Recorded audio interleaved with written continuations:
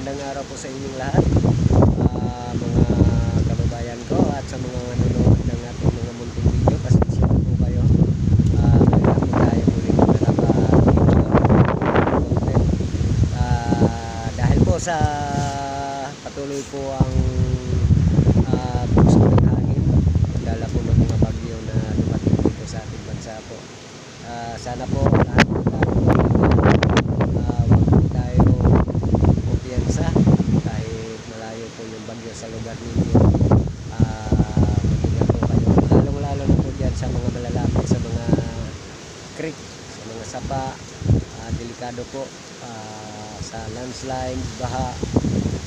Yan po kung maraming mamatay kasi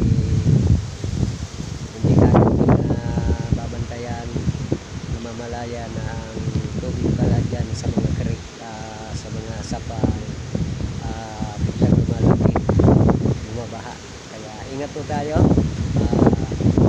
Habang wala pa po yung baha, lalong lalo na doon sa malalapit sa mga sapa, dapat po lumikas na po tayo. Huwag na po tayong magantay na umabot pa po yung baha sa lugar natin. Yan po, mapasalamat din po tayo doon sa nagbigay po ng tulong pag-evacuate ng mga pamilya sa eskwelahan po dito sa amin. May nagbigay po ng kaunting tulong po, bigas, tag-5 kilong bigas. Maraming salamat po kung sino man sila, kung sino po sa mga taong nagbigas po doon sa school dito sa amin nila. Ayan po, ang kinalulungkot lang po natin guys, yung hanap buhay natin dito, medyo magtatagalan po tayo kasi sa dagat lang po tayo umaasa. Minsan nakakapag construction tayo. Sana magkaroon din tayo ng income na kahit paano po. Ang bintol po dito sa amin, wala, totally damage talaga. Sana po matulungan din po yung may-ari ng bintol, makarecover kaagad yung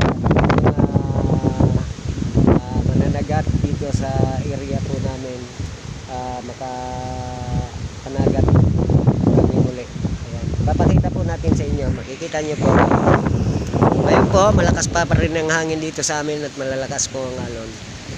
Ayan, makikita nyo po yung nasa likuran po. Ayan, ito po yan. Ayan, doon.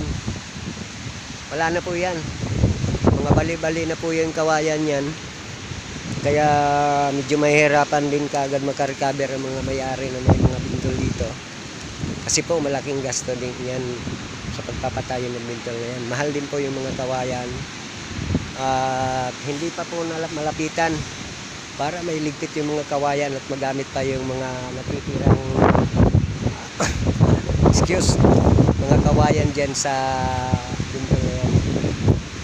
Habang tumatagal po, dahil hindi namin malapitan yung bintol na yan, lalong nasisira, babalik-balik po yung mga kawayan yan. Kasi delikado po yan lapitan, lalong-lalo na pa pag ganitong malakas. Lalaki ang alon, makikita nyo po sa laot. Ayan, makikita nyo po, namumuti. Delikado po yung lapitan kasi may posibilidad po tayo po ang matusok na kawayan ng dulo. Delikado po, kaya antayin na lang po namin muna na tumila yung hangin, maging malumanay na po yung hangin at saka yung alon ng dagat, bago namin yan lapitan. Ayan po, sana po mapansin po ng gobyerno natin yung mga ganitong panagat po, lalong lalo na po yung mga baklad, bintol, mapagtuunan din ng pansin po na matulungan kahit paano para maka-recover nga yung may-ari ng mga bintol na to, kasi talagang ang gasto nito ay hindi rin basta-basta. Maabot po ng 100,000 plus ang gasto niyan dahil sa kanyang mga lambat. Pero yung lambat po, bago po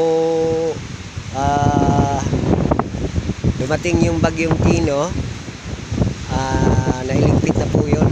Luna kasi mas importante yun kasi Pagka hindi mo nailigpit yon, mapupunit-punit, mas malaki ang gasto po pagka wala po yung lambat natin. Kaya kami ngayon mananagat, mag-aantay na lang po naman kami kung kailan po magkakaroon po ng bintol, tatayo ng may-ari yung mga bintol na yan, bago kami makapaghanap buhay sa dagat. Ayan. Kaya kami po, magtitiis muna tayo sa gutom. Ito na po yung tinatawag taghirap sa aming mga mananagat pagka ganito ang sitwasyon, panahon ng ating dagat. Ayan, hindi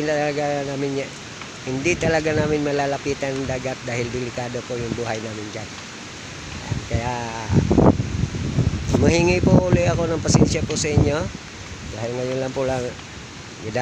lang po tayo nakapag-video, nakapag-content sa ating channel, sa YouTube channel, at nagpapasalamat po tayo doon sa mga sumusuporta, nanonood po sa FB page natin. Ayan, maraming salamat po sa inyo mga idol, at doon sa mga kababayan natin, inuulit ko, mag-ingat po tayo, huwag tayong kumpiyansa, palaging maging handa at lumikas po tayo pag kaganitong may kalamidad. Huwag tayong matigas na hindi natin pwede iwan yung bahay natin, lalong-lalo na po dyan sa may malalaking sapa, malapit dyan sa mga bulubundukin yung bahay ninyo. Kung nandiyan kayo dyan sa may mga bundok-bundok, lumikas na po kayo sa mga itinalagang mga lugar para mapaglipatan po natin. Ayan, muli po, nakikiramay po tayo sa mga nawala ng mga pamilya, sa mga nawala ng mga mahal nila sa buhay, at doon sa mga hayop nilang namatay, nakikiramay po tayo sa inyo. Isa po tayo sa mga nasaktan, nahirapan din dati kasi lahat pantay-pantay po tayo, walang hindi nahirapan, mahirap man o mayaman. Mahirap ngayon na sitwasyon natin, wala naman tayo may tulong, kung ito lang mag-alala, palagi po tayong mag-ingat. Ayan po, pansamantala po tayo nagpapaalam po sa inyo. Ayan, sa likod ko. I love you po, ingat, God bless po sa ating lahat. Magkita-kita tayo sa susunod nating mga video. I love you, bye bye po.